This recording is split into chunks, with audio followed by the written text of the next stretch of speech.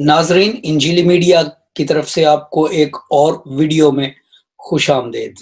آج ہم اس چھوٹے سے ویڈیو میں ایک بہت ہی اہم سوال کا جواب دیں گے، اور وہ یہ ہے کہ اردو ادب میں استعمال ہونے والا محاورہ نوشتہ دیوار کہاں سے آیا؟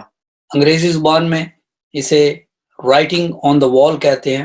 رائٹنگ آن دا وال بالکل وہی ہے جو نوشتہ دیوار اردو میں ہے، لیکن اس کے باوجود کہ یہ بہت ہی زبان زد عام اور نہایت عام طور پر مستعمل جملہ ہے، محاورہ ہے، بہت کم لوگ جانتے ہیں کہ اس کا آغاز کہاں سے ہوا۔ سب سے پہلے ہم دیکھتے ہیں کہ نوشتہ دیوار کا مطلب کیا ہے۔ جامع علمی اردو لغت میں اس کا مطلب یہ بیان کیا گیا ہے: غیبی وعید، خدا کی طرف سے تنبیہ، واضح بات یا سامنے کی بات۔ سوال یہ ہوتا ہے کہ یہ غیبی بات یا سامنے کی بات کی اصطلاح کہاں سے جاری ہوئی، کہاں سے شروع ہوئی، اور یہ کس تاریخی واقعے کا ذکر ہے؟ بائبل مقدس الکتاب الکتاب میں اس سوال کا جواب موجود ہے۔ بائبل مقدس کی کل 66 کتابیں ہیں۔ بائبل مقدس کی 27ویں کتاب دانیل نبی کا صحیفہ ہے۔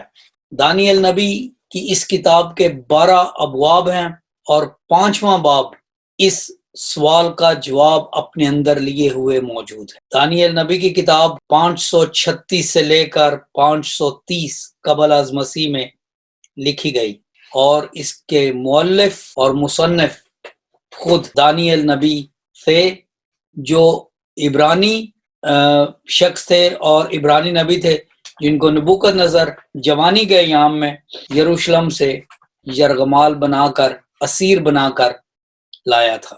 تاریخ ہمیں بتاتی ہے کہ 597 قبل از مسیح 597 BC میں نبوکدنضر بادشاہ نے یہودیہ پر حملہ کیا اور یروشلم کا محاصرہ کیا۔ 3 بار اس پر حملہ کیا، اور وہاں سے بہت سے لوگوں کو، خاص طور پہ نوجوانوں کو اسیر بنا کر لایا گیا، جن میں دانیل اور ان کے 3 ساتھی صدرک، میثق اور عبدنجو بھی شامل تھے۔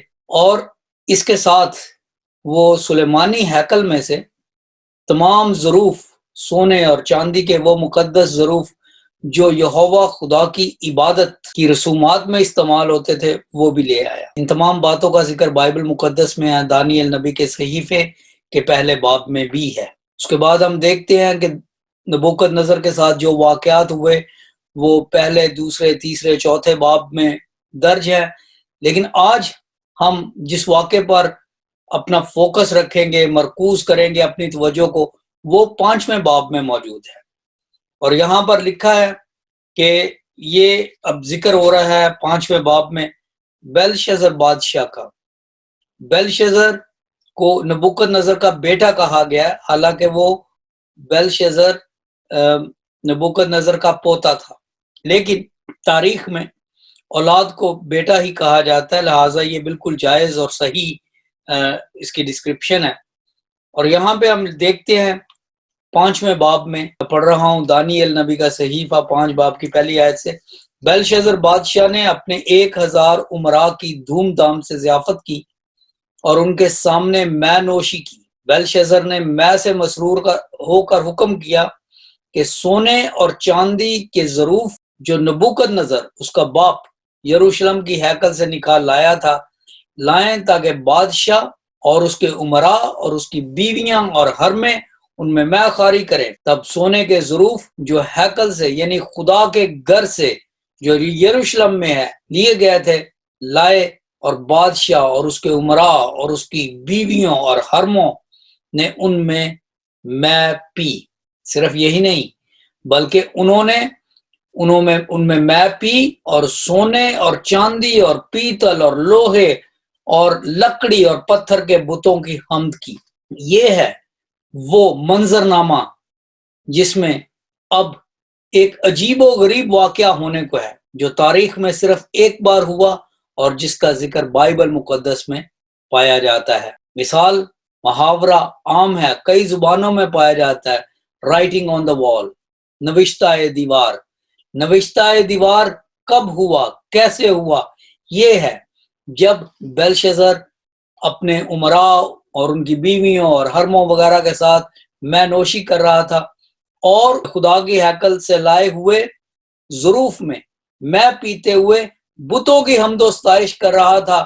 تو لکھا گیا ہے دانیل نبی کا صحیفہ 5 باب کی 5ویں آیت، اسی وقت آدمی کے ہاتھ کی انگلیاں ظاہر ہوئیں اور انہوں نے شمعدان کے مقابل بادشاہی محل کی دیوار کے گچ پر لکھا، اور بادشاہ نے ہاتھ کا وہ حصہ جو لکھتا تھا دیکھا۔ یہ ہے وہ نوشتہ دیوار۔ بادشاہ میخاری کر رہا ہے، دھت ہے اپنی عظمت، اپنے عجیب و غریب خیالات میں، اور آدمی کے ہاتھ کا ایک حصہ غیب سے ظاہر ہوتا ہے اور شمعدان کے اوپر گچ پر بادشاہ کے محل کی دیوار پر یہ لکھ دیتا ہے، اور جو لکھا جاتا ہے وہ ہے نوشتہ دیوار۔ اس کے بارے میں ہم آگے چل کے دیکھتے ہیں کہ یہ کیا ہے۔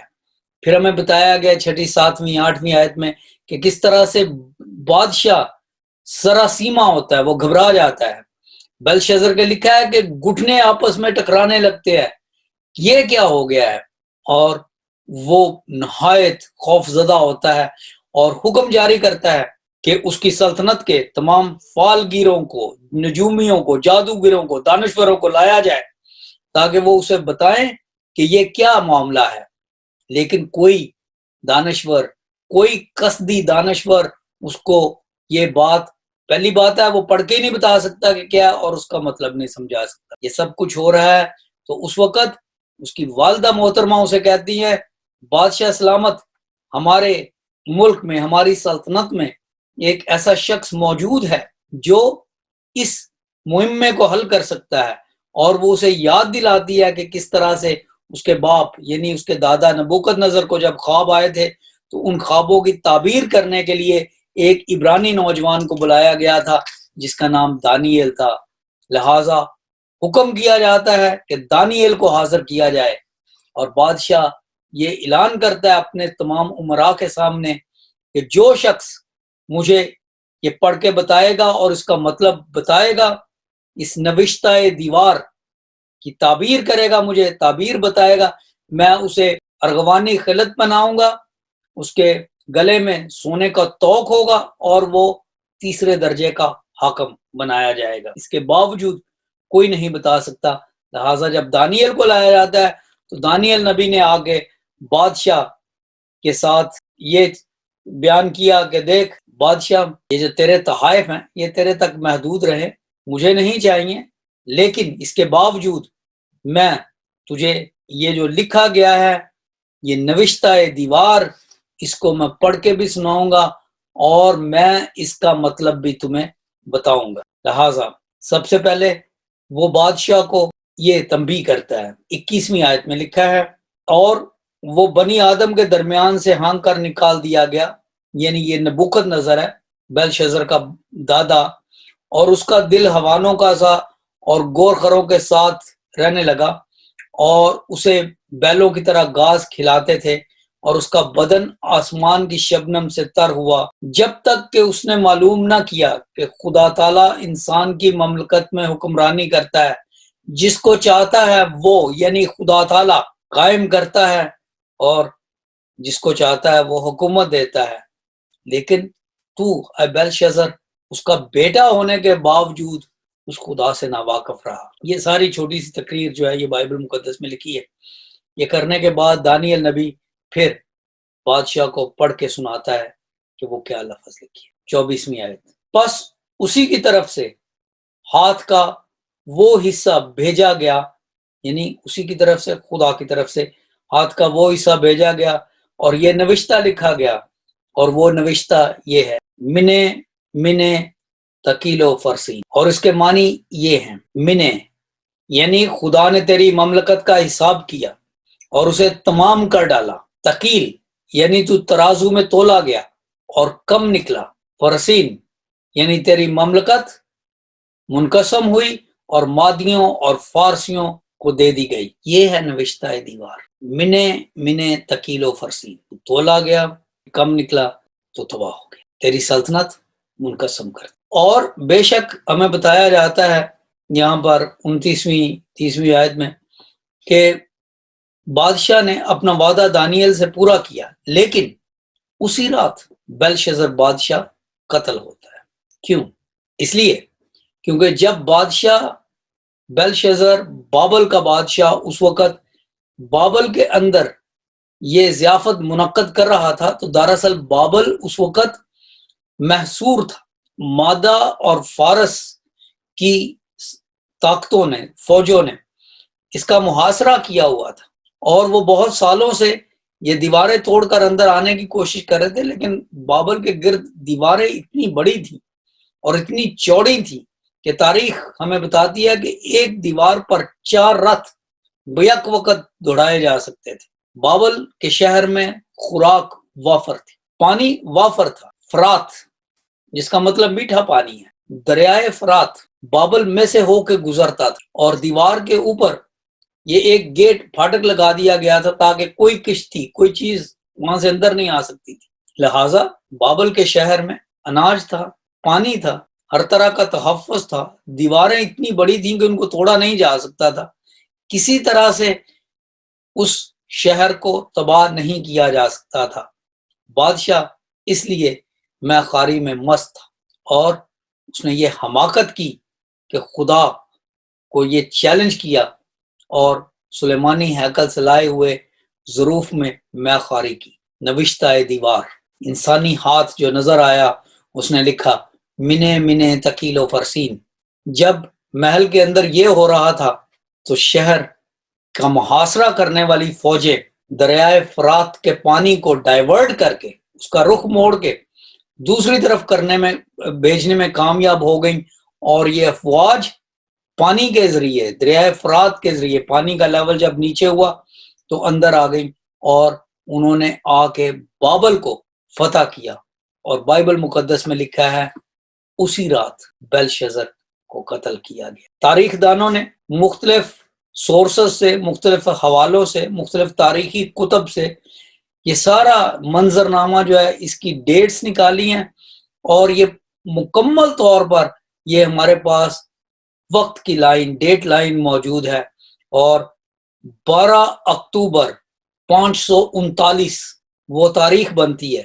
12 اکتوبر 539 قبل از مسیح، جب بابل کو مادہ فارس کی افواج نے فتح کیا، اسی رات بیلشزر بادشاہ کو قتل کیا گیا۔